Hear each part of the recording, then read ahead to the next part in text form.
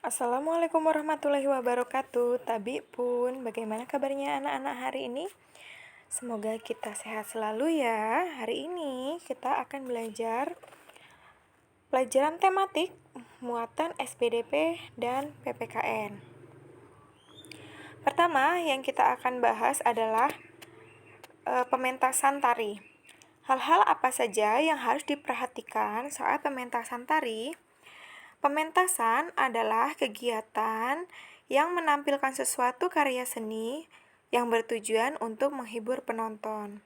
Salah satu pementasan yang biasa dilakukan adalah pementasan tari.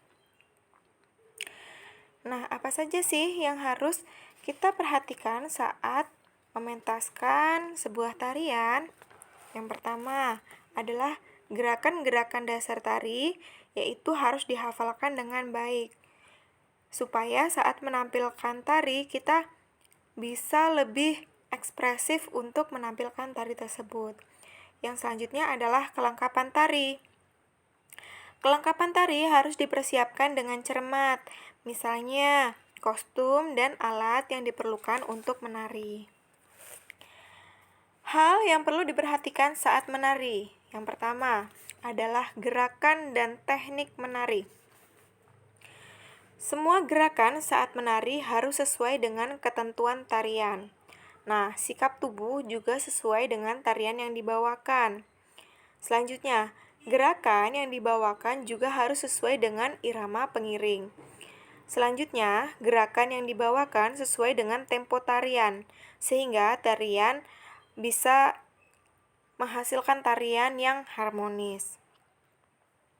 Selanjutnya adalah ekspresi. Nah, ekspresi menari sebaiknya menunjukkan penjiwaan yang sesuai dengan tarian sehingga pesan dari tarian dapat dipahami oleh penonton. Nah, seperti yang Ibu sudah bahas kemarin ya tentang ekspresi tari. Nah, setelah pementasan tari, penonton akan memberikan apresiasi. Apresiasi merupakan penilaian terhadap suatu karya. Nah, dalam karya seni, apresiasi itu dilakukan dengan mengenali, menilai, menghargai makna atau nilai-nilai yang terkandung dalam seni tersebut. Nah, untuk tugas muatan SPDP kali ini, tugas anak-anak adalah mengamati tari dari daerah kita, yaitu tari Lampung ya. Tari Lampung diantaranya adalah tari Sigah Pengunten.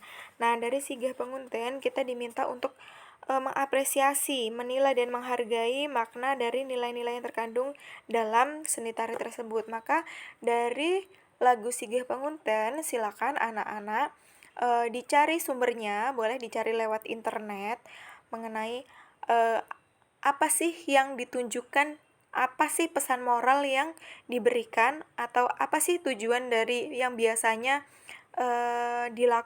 melakukan tari Sigah Pengunten itu saat apa.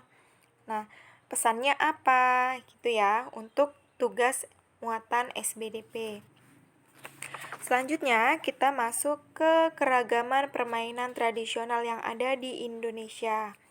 Nah, Indonesia kaya akan keragaman permainan tradisional. Permainan tradisional ada yang dimainkan perorangan dan ada juga yang dimainkan secara berkelompok.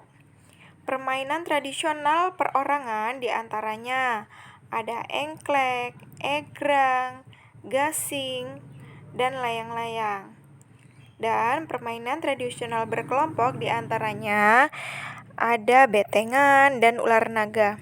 Dalam permainan berkelompok, setiap anggota kelompok harus bekerja sama agar dapat memenangkan permainan. Nah, ini dia contoh-contoh permainan tradisional perorangan. Ya, diantaranya perorangan adalah engklek. Apalagi egrang. Selanjutnya gasing, ya. Ini perorangan. Layang-layang. Nah, layang-layang juga termasuk permainan tradisional perorangan. Terus permainan tradisional berkelompok diantaranya apa? Betengan. Nah, ini dia contoh permainan berkelompok betengan.